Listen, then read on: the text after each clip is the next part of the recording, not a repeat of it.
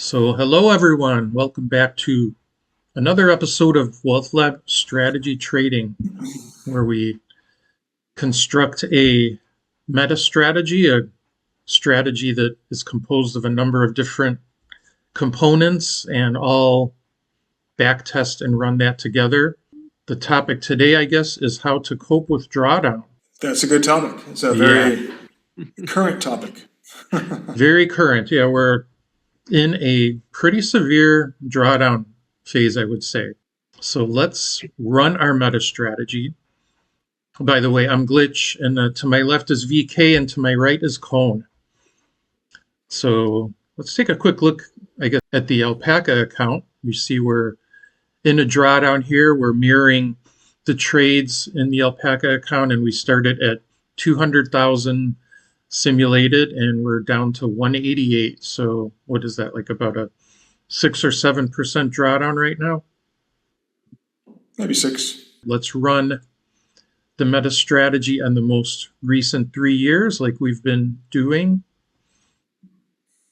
and take a look at how the drawdown looks in the drawdown visualizer here in WealthLab. All right, so the backtest is complete. I'll go to our backtest results tab, and here we see our current drawdown stands like at roughly 10%, and it'll be more after today's close. It'll probably go down to like 13 or something like that.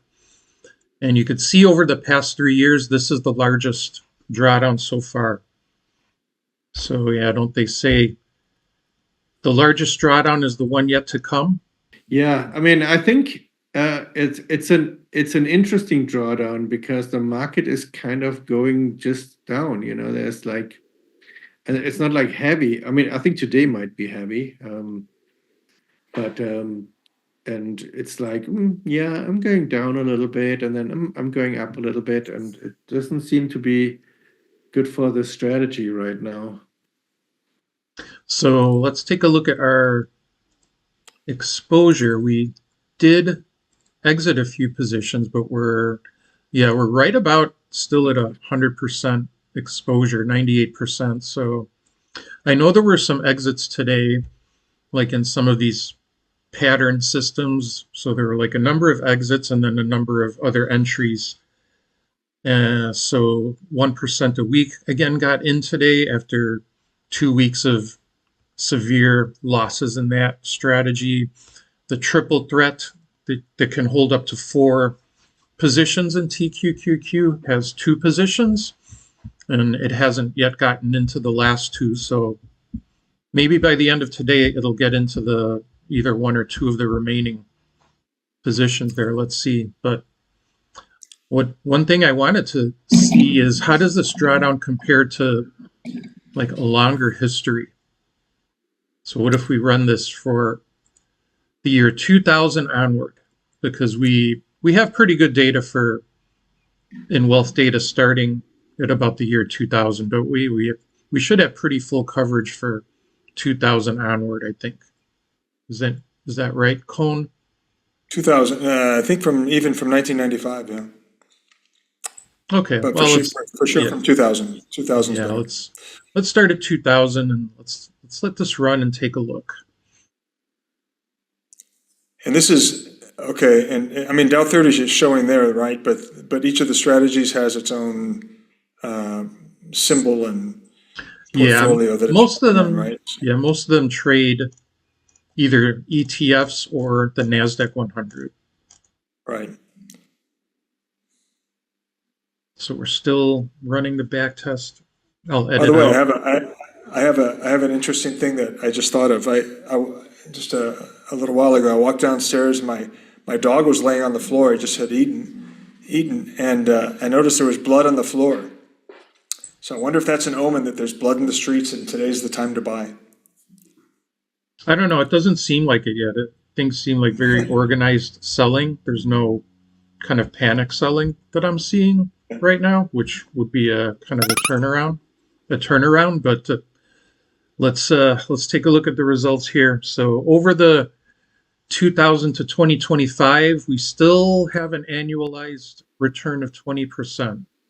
compared to the 7.3% in SPY. So still a good annualized return. Let's take a look at the drawdown. So now we see like areas of larger drawdown here. And in the financial crisis was where we had the worst drawdown for this strategy, this meta strategy, and it was 23%. So that's the worst that's done in the kind of 25-year history. And it took over a year to claw back from that drawdown that happened then. That's this blue little triangle here. But if you look at the gray triangle, which is the benchmark number of bars until a new equity high, the benchmark took about 1,200 trading days to claw back. So the meta strategy, even though it experiences drawdown, just like many long-term trading strategies, this isn't a day trading thing. It's more kind of a swing trading or longer term hold. So the drawdown is normal and unavoidable, but looking historically, the meta strategy has been able to recover from the drawdown much faster than the overall market. So still pretty positive. By the Yeah, way, I Dion, think you were yeah. showing, sorry, you were showing a 10% drawdown in the strategy here, but when was the peak equity? I mean, was that because we started this about what, 3 weeks, 4 weeks ago? We started the trading in the alpaca account, so The that was showing peak 6% down. the peak equity was February 19th. Yeah, that might have been a little bit before we started, I think, right? Because it's, Yeah. Yeah, we caught some of this, increase in the equity, okay. and now we're experiencing this decrease. I was wondering why it was only 6% in the, 6 or 7% in the alpaca account and 10% showing Yeah, in the back yeah, test. it's because we got a little bump and then we're going down. So we probably gained like about 4% or more, and then Oh, then we all right. lost 10% from that peak. I Yeah, understood. I think Dion, if you go on log scale, because I mean this equity curve looks so amazingly nice and flat. I mean, if you look at it like this, you don't even see the drawdowns. And yes, they are there, and they always will be there. But um, I think it's still the meta strategies really give you a good opportunity and option to flatten out the drawdowns and make the profits. It's pretty obvious. It's painful because if you look at it, you don't see it. And if you put the drawdown on now, you in about 6 weeks, you don't even see that drawdown on the right anymore. Well, But in we'll the see. I past, mean, we don't know how long yet it will take to recover from this. So we're currently sitting at, let's see, it looks 20 like, days. let's zoom in here. So we're like at 12 days, 12 trading days of drawdown. So who knows how long it'll take to climb back, but historically it has always climbed back. So if it doesn't climb back, I guess that's indicative of some, maybe the US is collapsing or something like that. Who knows? It's if you look at it like this right now, it's hardly visible. Yeah. If it goes down to, let's say, 20%, then that's a number. And I'm not sure about the strategies, but all of the strategies, whether you want to show one of them, but we have the Yeah, I green do want to one. show one of them today. So Okay, good, cool. I Go want to ahead. show, so here the best one over this long period was the knife juggler, followed by your T triple X, and then the glitch indicators, and then the 1% a week. And then coming in after that is this bluish one, which is the one I wanted to show today. It's one created by VK, and it's called IBS VK, and it's extremely simple. It uses this IBS indicator with the period of one, which actually, at a period of one, it's the same as a stochastic percent K.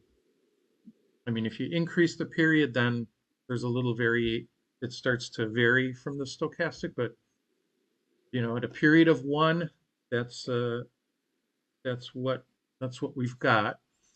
And let's open it up here. I mean, I know I wrote an article about this IBS, and I used a longer time frame, and that's why it looked different. But you discovered it that if it's the time period, the period is only one, then it's the same as a stochastic. Mhm.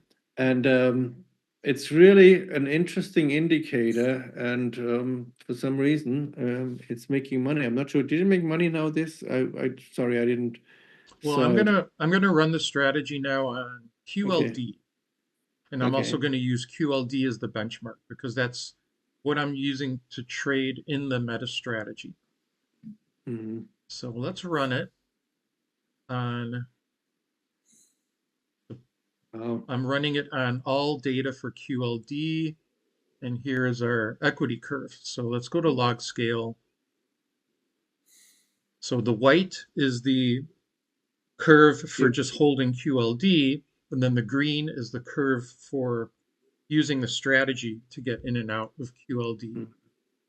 So And you know, and and something that's interesting is if you look at the log scale now, you think, oh, the system and the buy and hold, the white line, are so close to each other, but they're really not close to each other if you take it out.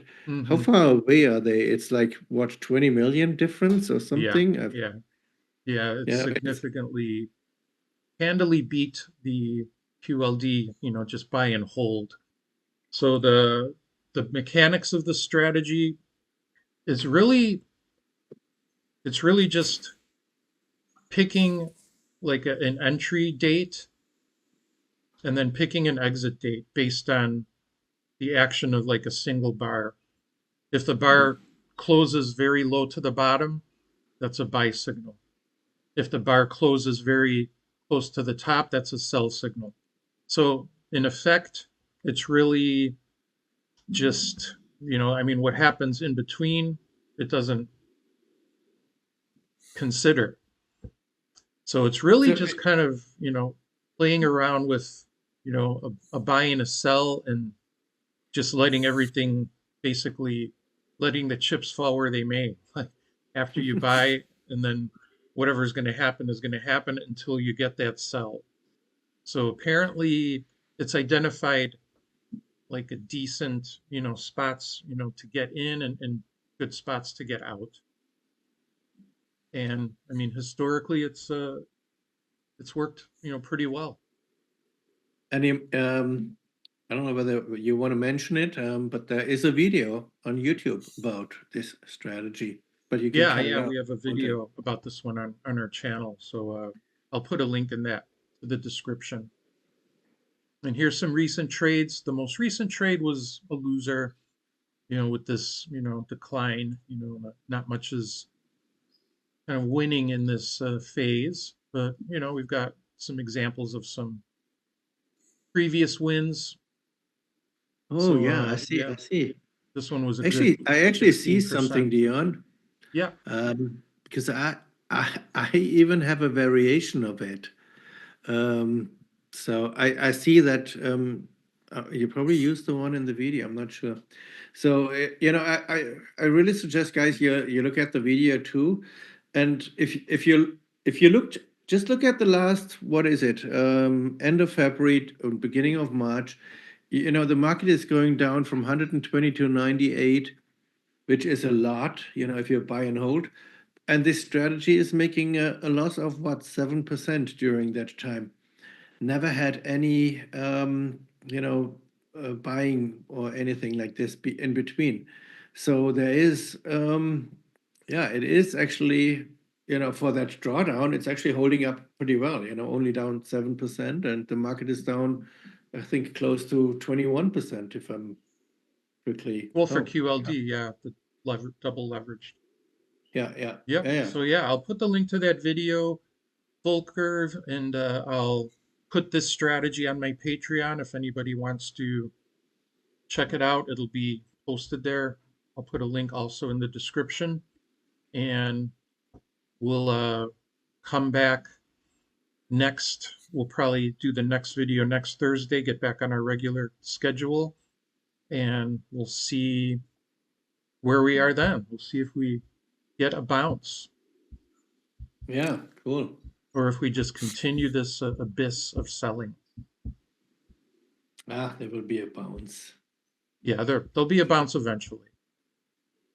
I'm confident. Okay. All right. Yeah. Anything else, guys?